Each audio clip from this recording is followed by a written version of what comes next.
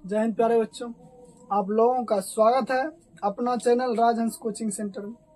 कल हम लोग एक्सरसाइज 3.6 चालू किए और उसका 1 नंबर का फर्स्ट क्वेश्चन को सॉल्व किए। आज हम क्या करेंगे, दूसरा नंबर को देखेंगे।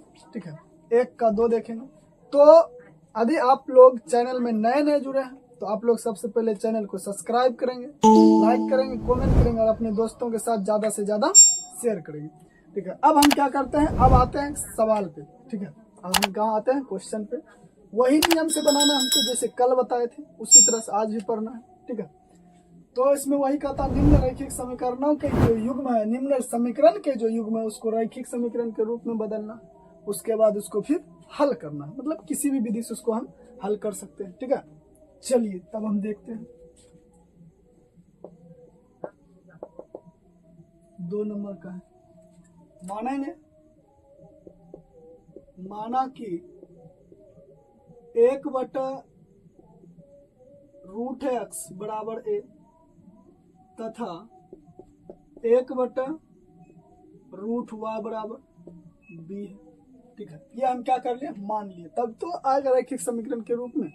अब हम क्या करेंगे, सवाल को उतारेंगे। तो 2√x 2/√x प्लस 3/√y बराबर 2 हो गया।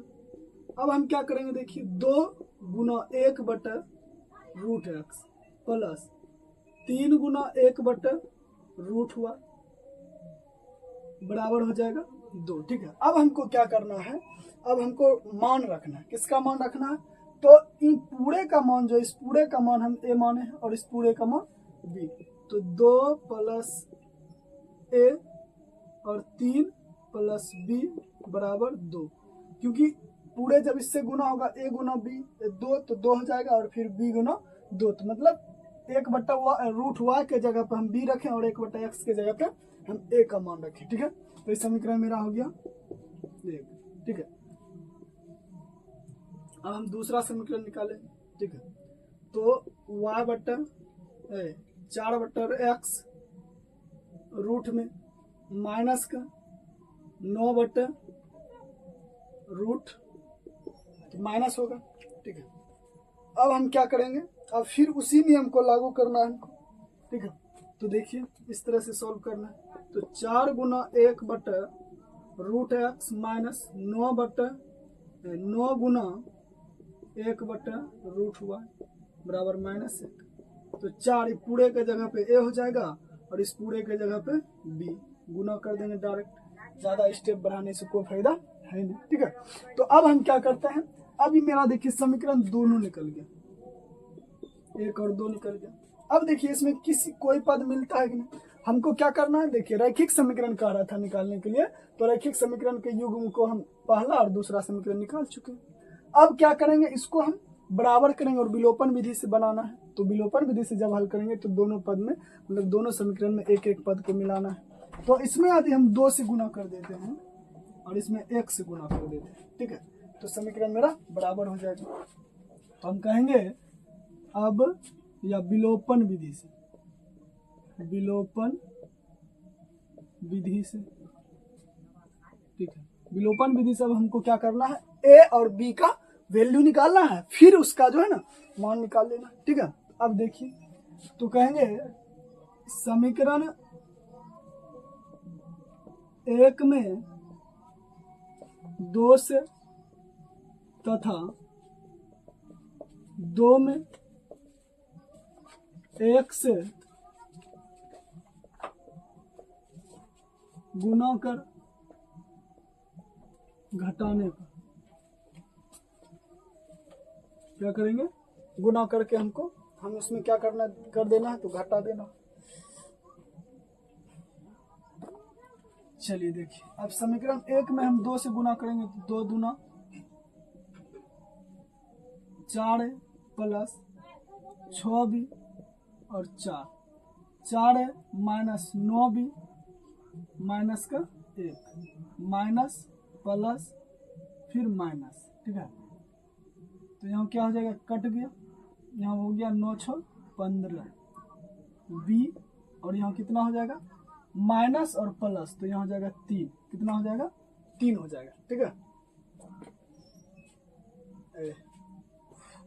यहाँ माइनस है तो यहाँ प्लस हो जाएगा, माइनस है तो यहाँ पे क्या होगा प्लस, तो यहाँ हो गया 5, ठीक है।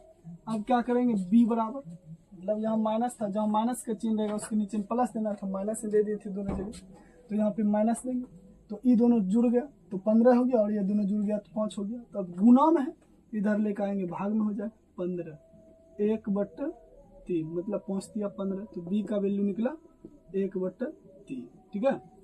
अब हम क्या करते हैं प्यारे बच्चों, अब हम क्या करेंगे, अब समीकरण,